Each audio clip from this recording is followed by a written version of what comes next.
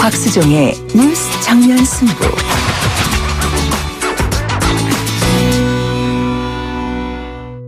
네, 곽수종의 뉴스 정면 승부 정치 길게 토크어바웃. 오늘 경희대학교 노동일 교수님 그리고 영인대학교의 최창렬 교수님 두 분 모시고 탄핵 정국에 대해서 말씀 나누고 있습니다.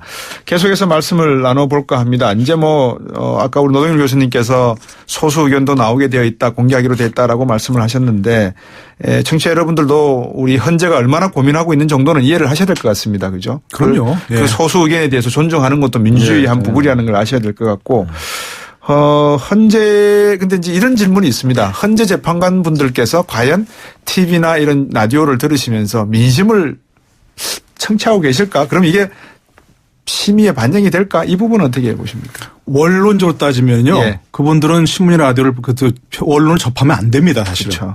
그러니까 재판정에서 예. 심판정에서 나타나는 그 증거만 가지고 판단해야 되거든요. 예. 어디 그렇습니까 사람이. 오랜 동안 이렇게 심리하는데 뭐 신문도 읽지 말고 뭐 이렇게 해서 그런 말이 안 되고요. 뭐 읽으면서 영향을 받을 수 있죠.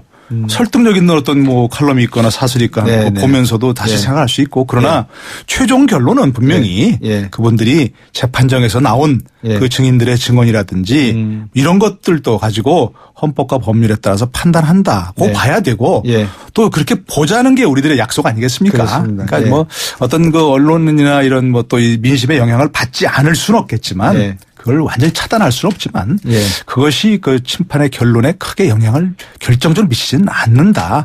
그렇게 생각합니다. 최창렬 교수님, 최창렬 교수님도 노동일 교수님도 뭐 마찬가지시겠지만 시험 출제에 가시면은 한 일주일 동안 그냥 호텔에 딱 박혀가지고 밖에 외부 세계와 완전 차단되지 않습니까? 그죠? 문제가 유출되면 안 되니까. 안 되니까요. 그럼 이제 헌재에서 지금 심의를 하는 과정에서는 이분들은 그런 형태는 아닌 것 같고 그죠? 글쎄요. 왔다 갔다 하시는 것 같은데 평일을 한 7번 정도 하게 되어 있습니까? 지금 몇 번 정도 예상을 하십니까? 지금 이제 휴일을 빼놓고 계속 하겠다라는 거거든요. 근데 지금 13일 이전에 한다라고 가정한다면 대개 이제 한 사흘 전 정도 사흘 전에 선거로의 기일을 정하려고는 이제 얼마 안 남아요. 한 7번 정도? 7번 정도 남은 거죠. 7번, 8번 정도. 그럼 이 7번을 놓고 예를 들어서 이제 소추안 내용은 13개인데 그렇죠. 이거에 대해서 각각을 심의할까요? 아니면 어느 분 말씀 따라 섞어지게가 돼버렸으니까 섞어지게 형식으로 이렇게 심의를 할까요? 심의 방식 이건 어떻게 보십니까? 글쎄, 그것까지 제가 자세히 모르겠는데 일단 하나하나 다 심리를 하겠죠. 지금 사유에 대해서. 단지 이제 재판관들의 생각이 다를 수는 있을 것 같아요. 여러 가지 한 가지 심의해서 모든 게 완전히 헌법과 법률에 위반됐을 때만 인용을 해야 된다는 생각. 그리고 그중 어느 하나만이라도 대통령의 자격에 심대한 영향을 끼칠 수 있는 중대한 그런 사유에 해당할 때는 다른 것들은 오히려 볼 필요도 없이 형사재판이 아니기 때문에 인용할 수 있다는 생각이 갈리는 것 같은데 아마 후자의 생각들 많이 나왔었죠. 헌재에서 나왔던 얘기들인데 아무튼 하나하나 다 보겠죠. 그리고 이런 것들이 헌법과 법률에 위배됐다 하더라도 위배됐다 하더라도 이것이 정말로 대통령직을 수행할 수 없을 정도의 중대한 법률 위반이냐 헌법 위반이냐 여기에 대한 경론일 수가 있을 것 같아요. 헌법 그러니까 위반했다 하더라도. 기본적으로 이제 그게 이제 전문적인 얘기인데 사실 요즘에 가만히 보면요. 대한민국 국민 노릇하기 참 힘들어요. 헌법도 알아야 되고 뭐 별별 다 법을 알아야 이게 한마디 뭐 얘기를 거둘 수 있지. 그러니까요.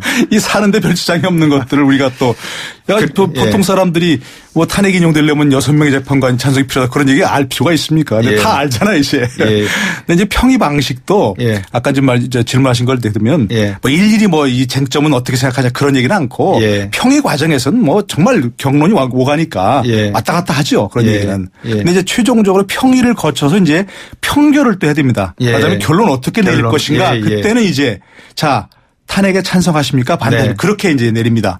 쟁점별로 요거는 가능하다 판선 반대 이렇게 하지 않고요. 그러니까 그 주문이라고 얘기하거든요. 보통 이제 이 사건이 만약 기각이 된다면 심판 청구를 기각한다 이렇게 될 거고 인용한다면 피청구인을 대통령직에서 파면한다 이렇게 되거든요. 그러니까 그 두 가지만 결정합니다. 그래서 아까 이제 우리가 뭐 처음에는 13가지 나중에 이제 그 재판부에 정리한 것은 5가지로 이제 사유가 됐는데 그 중에 하나만 인정이 돼도 파면이 되는 거니까 인용이 되는 거니까 주문에서는 파면한다 하고 나중에 그 이유에서 이런 사유는 해당이 안 되고 이런 사유는 해당이 되고 해서 거기서 걸리면 되는 것이고 평결에서는 인용할 것인가 기각할 것인가 그것만 이제 표결을 하는 거죠. 네. 논의 과정에서는 다 얘기할 수 있는 것이고요. 예. 평결이라는 게 결국 표결을 얘기하는 거죠. 그렇죠. 말이 평의를 거쳐 평의를 거친 표결이 평결이죠. 예. 그렇게 이해하시면 됩니다. 평의를 거쳐서 나오는 결론을 평결이라 한다.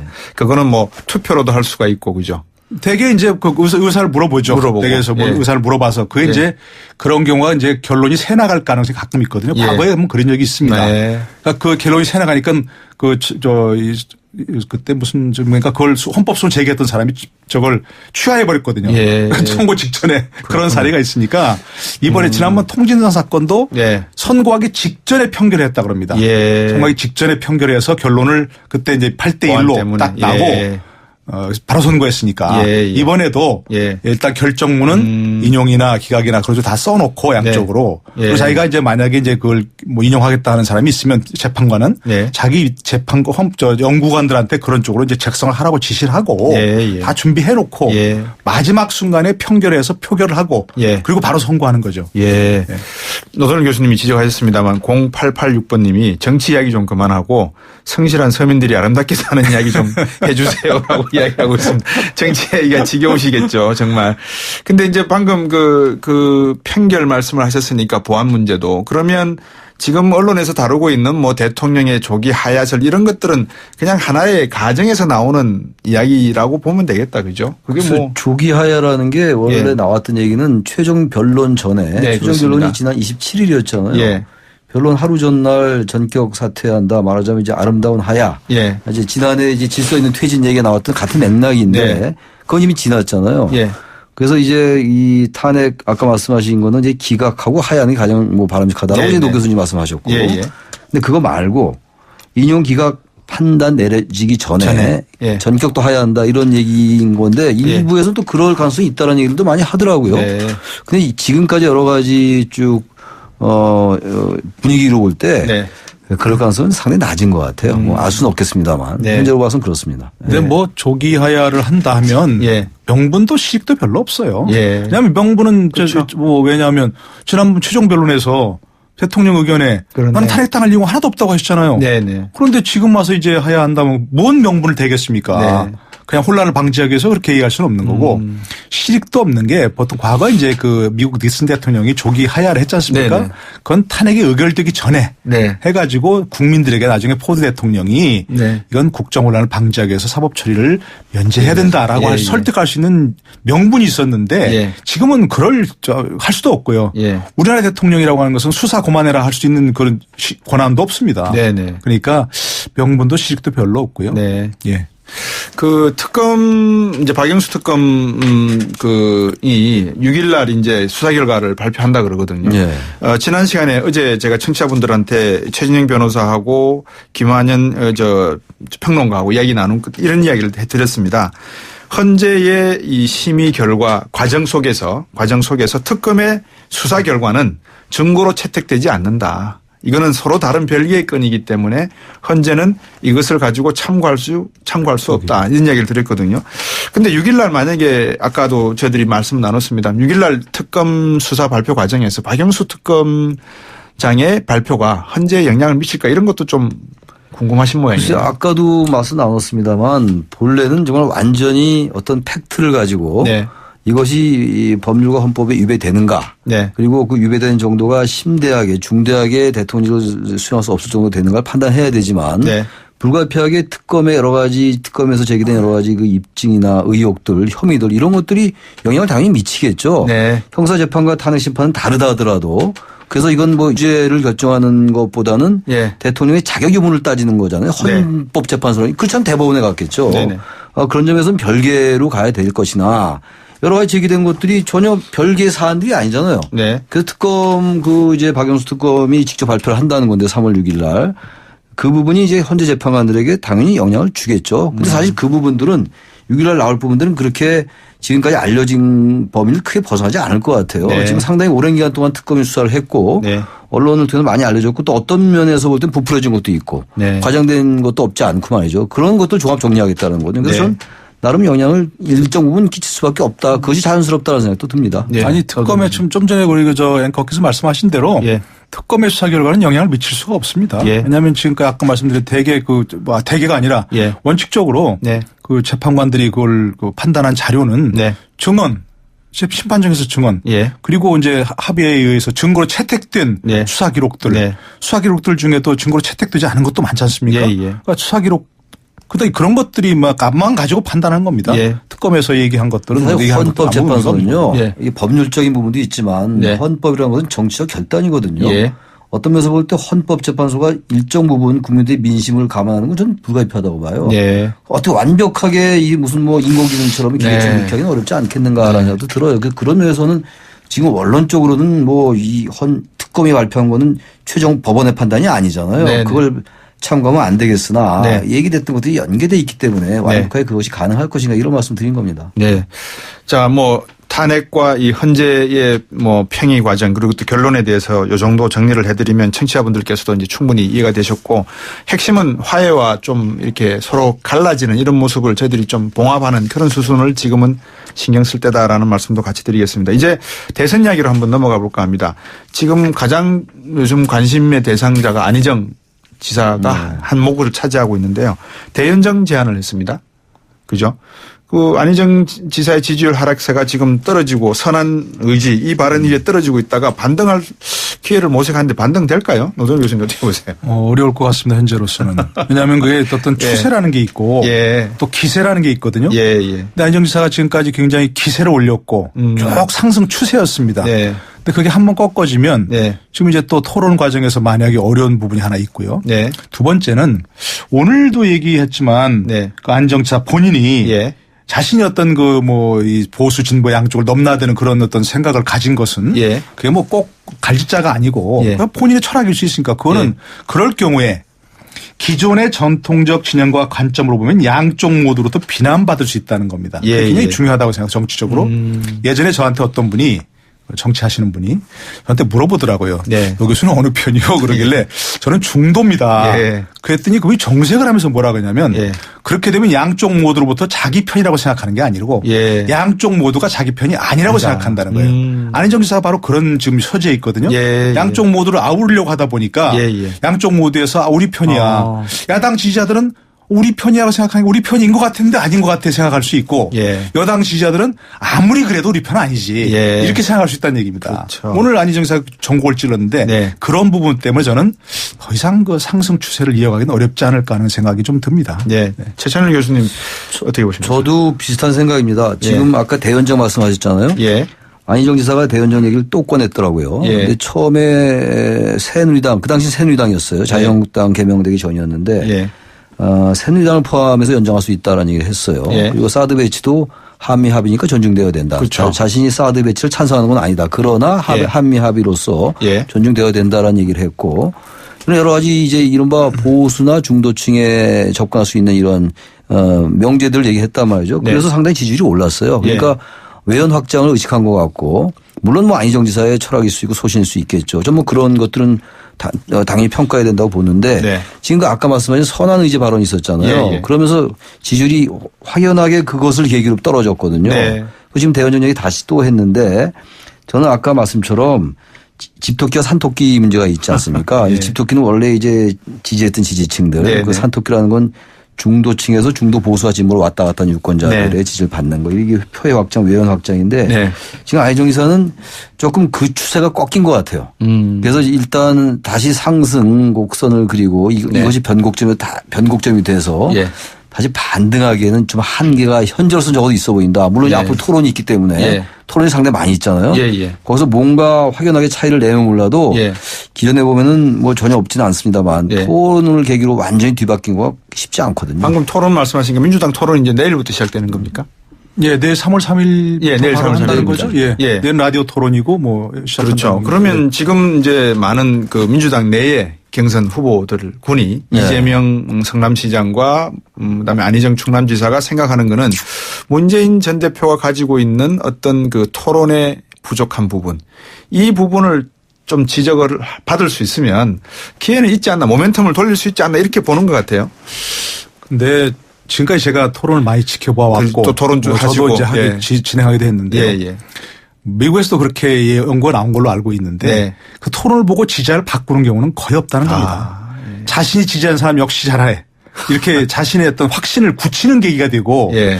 자신이 지지하지 않던 사람은 역시 안 돼.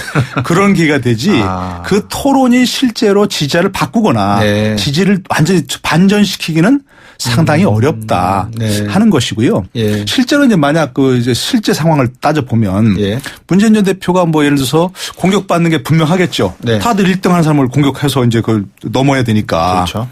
그런데 과연 어떤 점으로 그걸 넘을까? 완전히 기회를 반전시켜서 네. 3등 1등 되고 2등 1등 될 수 있는 가능성이 있을까? 네.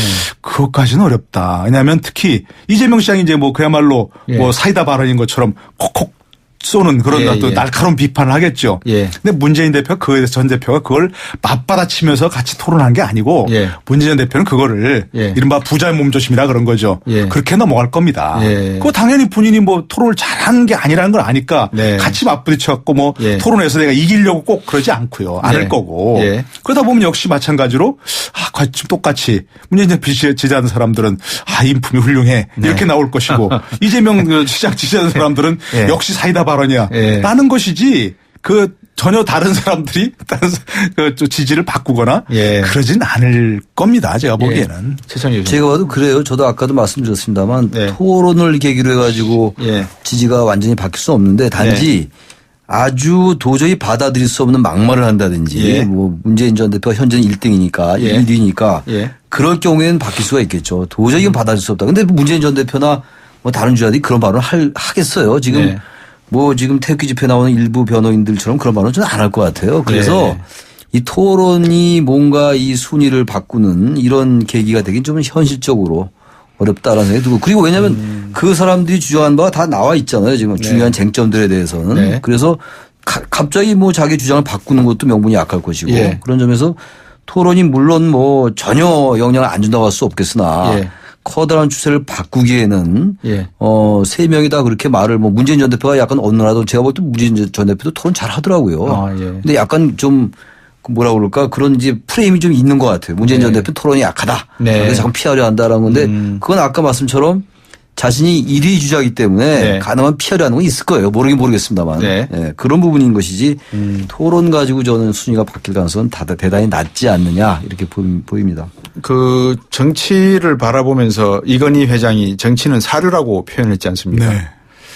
홍준표 경남지사가 문재인 전 대표에 대해서 날린 멘트.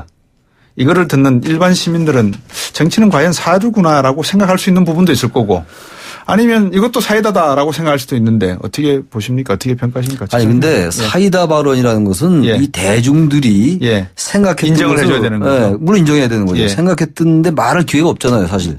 신문 칼럼이나 방송이나 이런 거 이외에는 뭐 우리 그렇죠. 의견을 표출할 기회가 없는데 그거를 대리인 정치인이 표현했을 때 마음이 와닿을 때 그걸 사이다라고 하는 것이지 과격한 발언이 사이다는 아닌 거죠. 아무리 자신의 그 가치 지향과 동의하는 부분이 있다 하더라도 저는 그래서 특정인을 뭐 제가 말씀은 안 드리겠습니다만 사측의 정치인들이 노이즈 마케팅 같은 것도 의식해서 과격한 발언이라든지 뭐 그런 것들로 유권자들의 지지를 받는 시대는 좀 지나가는 것이 아닌가.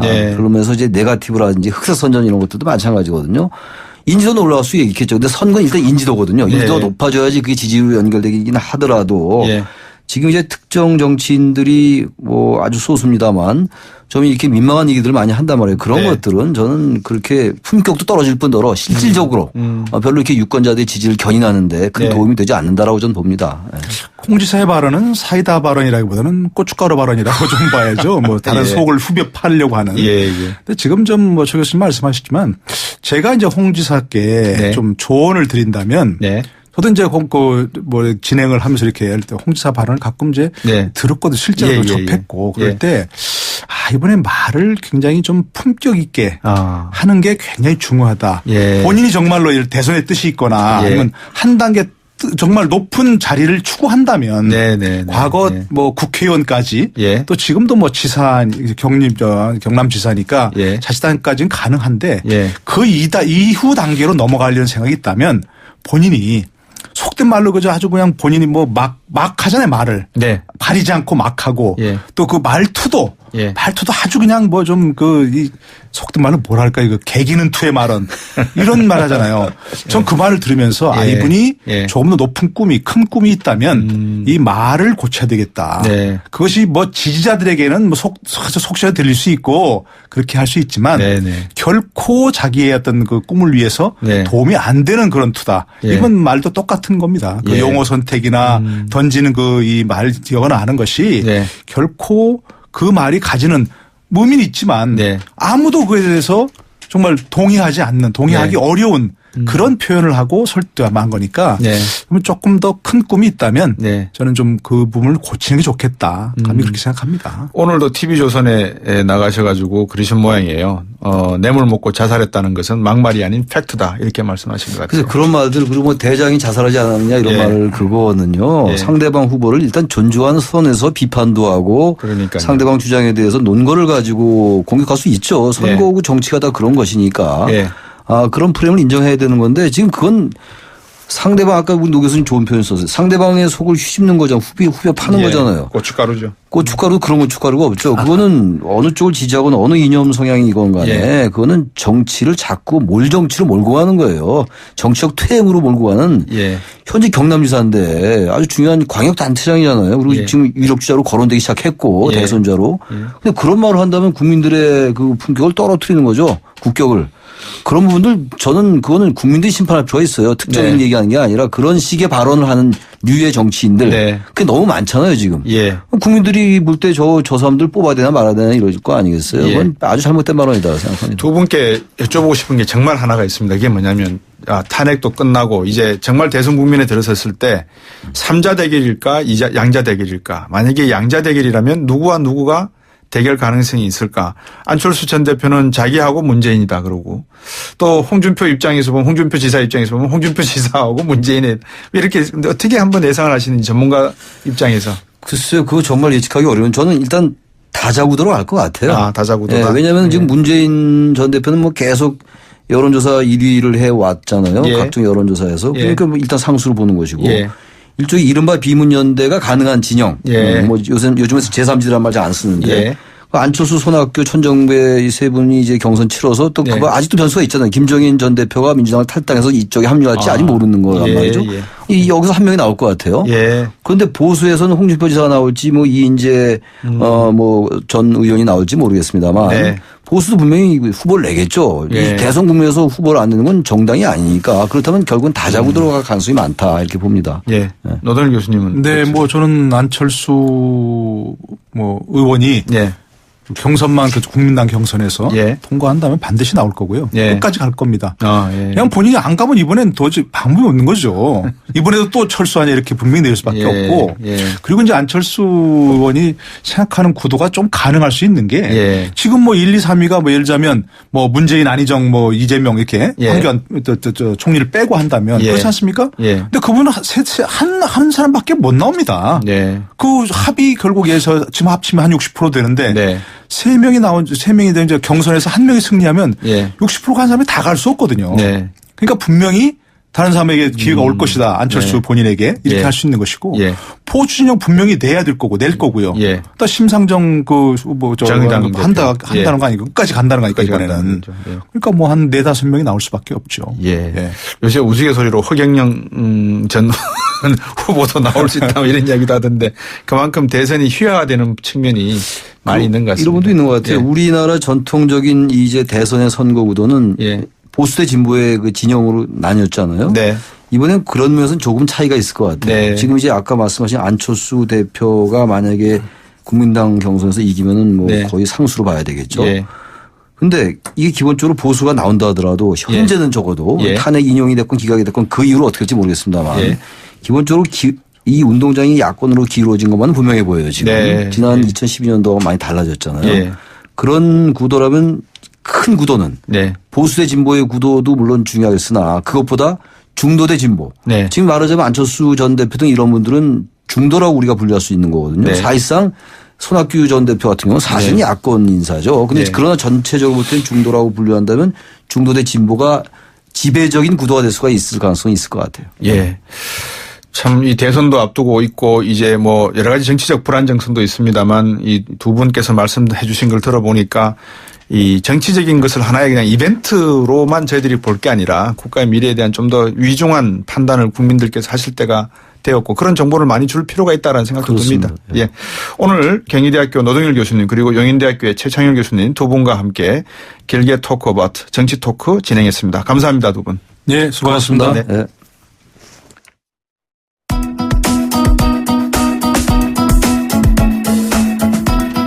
YTN 뉴스 FM 곽수영의 뉴스 정면 승부 오늘 준비한 내용 여기까지입니다. 방송 들으시고 YTN 라디오 뉴스 정면 승부 홈페이지와 팟캐스트 또는 팟빵을 통해 다시 들으실 수 있습니다. 인터뷰와 토론 전문은 홈페이지와 인터넷 포털 사이트 검색을 통해서 확인 가능하시고요. 지금까지 프로듀서 이은지, 작가 홍기, 강현지, 기술감독 신동혜, 황보아, 진행의 곽수영이었습니다. 함께해 주신 여러분 고맙습니다. 내일 뵙겠습니다.